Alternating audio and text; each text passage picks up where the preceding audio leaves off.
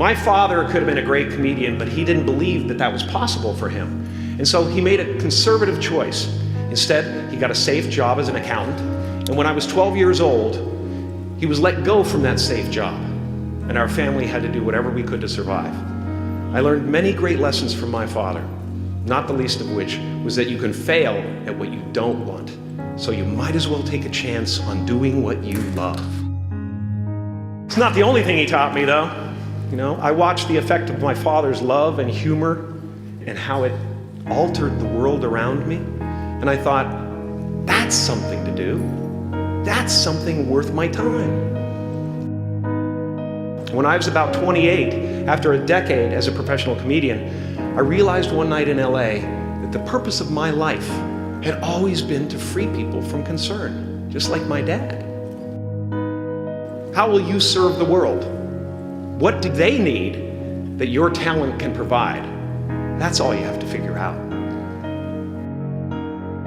The effect you have on others is the most valuable currency there is. Because ultimately, we're not the avatars we create. We're not the pictures on the film stock. We are the light that shines through.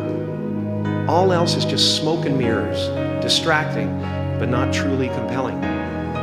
I've often said that I wished people could realize all their dreams and wealth and fame, and so that they could see that it's not where you're going to find your sense of completion.